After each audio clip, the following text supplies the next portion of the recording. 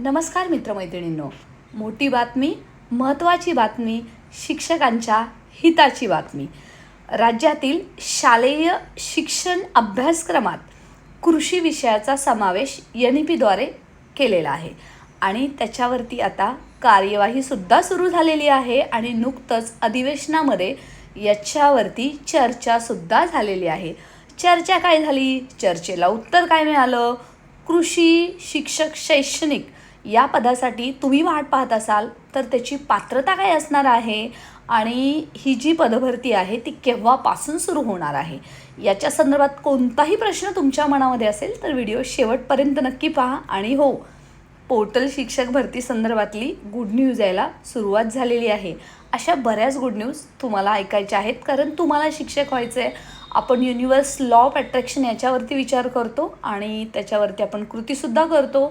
शिवयुनिटी फाउंडेशनच्या माध्यमातून आझाद मैदानमध्ये आंदोलन झालेलं आहे आणि त्या आंदोलनाचा रिझल्ट तुम्ही येणाऱ्या काळामध्ये पाहणार आहात. अशाच ऑथेंटिक यूजफुल इन्फॉर्मेशनसाठी सबस्क्राईब करून नोटिफिकेशन ऑन करायचं आहे.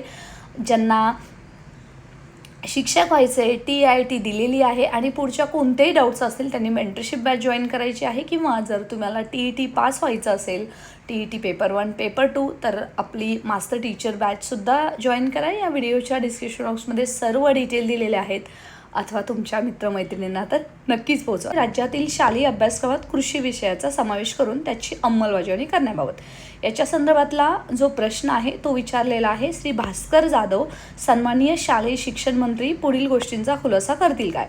भास्कर जाधव यांनी प्रश्न विचारला होता. त्याच्यामध्ये जो महत्त्वाचा प्रश्न होता तो होता, राज्यातील शालेय शिक्षण अभ्यासक्रमात कृषी विषय समाविष्ट करण्याचा निर्णय शासनाने निर्णय घेऊन 1.5 वर्षापूर्वी झालेला आहे, तर ते खरं आहे का? आणि अंमलबजावणी केव्हापासून करण्यात येणार आहे आणि त्याच्यानुसार शासनाने त्याच्यावरती कोणती कार्यवाही केली आहे का, असा प्रश्न होता.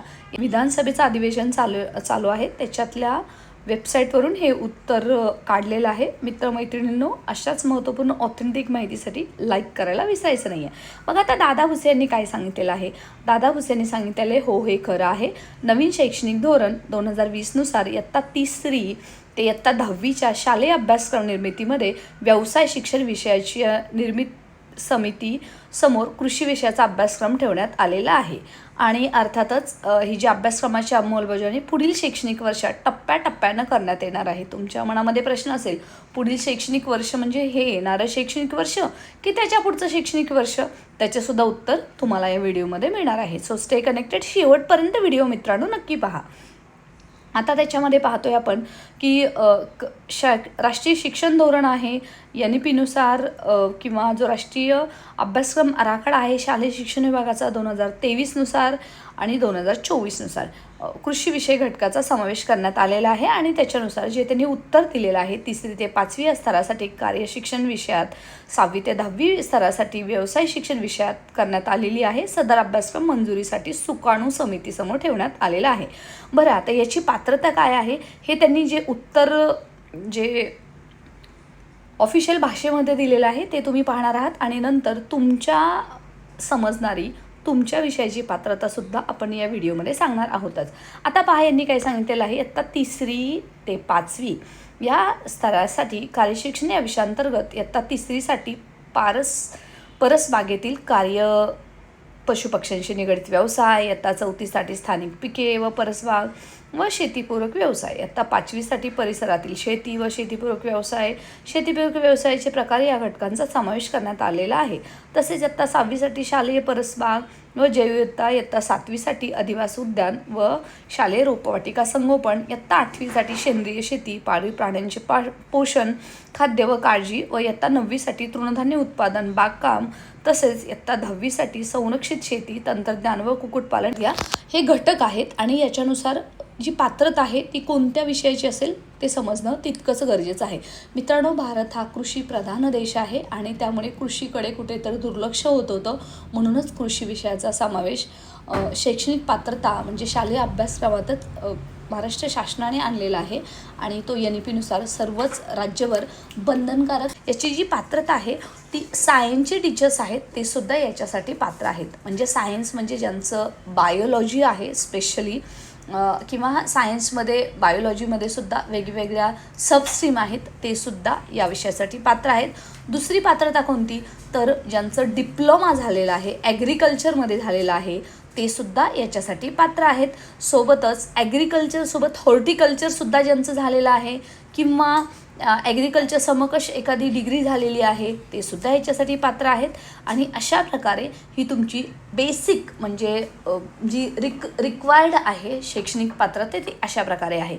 पण सोबतच 3री ते 5वीसाठी कोण पात्र किंवा 6वी ते 8वीसाठी कोण पात्र हे सुद्धा समजून घेणं तितकंच गरजेचं आहे.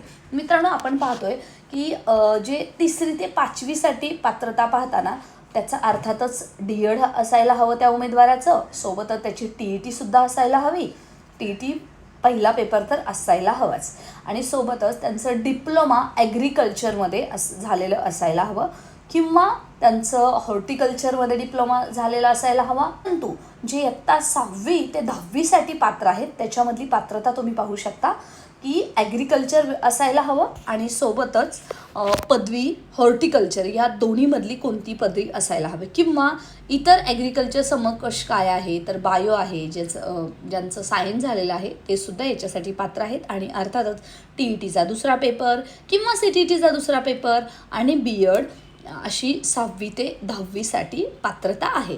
आता याच्यामध्ये तुमची वेगवेगळी पात्रता असू शकते, तुमचे त्याच्यावरती वेगवेगळे क्वेश्चन्स असू शकतात, किंवा याच्यामध्ये इंजिनिअरिंग झालेली मुलंसुद्धा आहेत, त्यांनासुद्धा जर त्यांच्या अभ्यासक्रमामध्ये याच्याशी रिलेटेड जर विषय असतील तर याच्यावरती पात्रता नक्कीच जाहीर करण्यात येईल. मित्रांनो, या अगोदर जेव्हा मंत्रालयामध्ये मी ॲडव्होकेट प्राध्यापक बालुषा माने आम्ही भेट दिली होती आबासाहेब कवळे जे उपसचिव आहेत, सहसचिव आहेत शालेय शिक्षण क्रीडा विभाग मंत्रालय यांचे, तेव्हासुद्धा त्यांनी हे सांगितलं होतं की सध्या अभ्यासक्रमाबाबत सुकाणू समितीद्वारे आम्ही विचार करत आहेत की कोणत्या विषयासाठी कोणती पात्रता द्यायची. त्यामुळे अर्थातच याचा ऑफिशियल GR-सुद्धा लवकरच येईल. बरं, आता जो तुमच्या आमच्या आणि जो हक्काचा प्रश्न आहे तो असा की ही पदभरती कधी होणार आहे, पवित्र पोर्टलद्वारे भरले जाणार आहेत का? यस, तुम्हाला काय वाटतं तेही कमेंट सेक्शनमध्ये नक्की लिहा.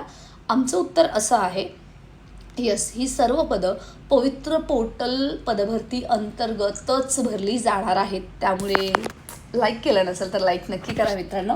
असे बरेच गुड न्यूज तुमच्यासाठी येणार आहेतच.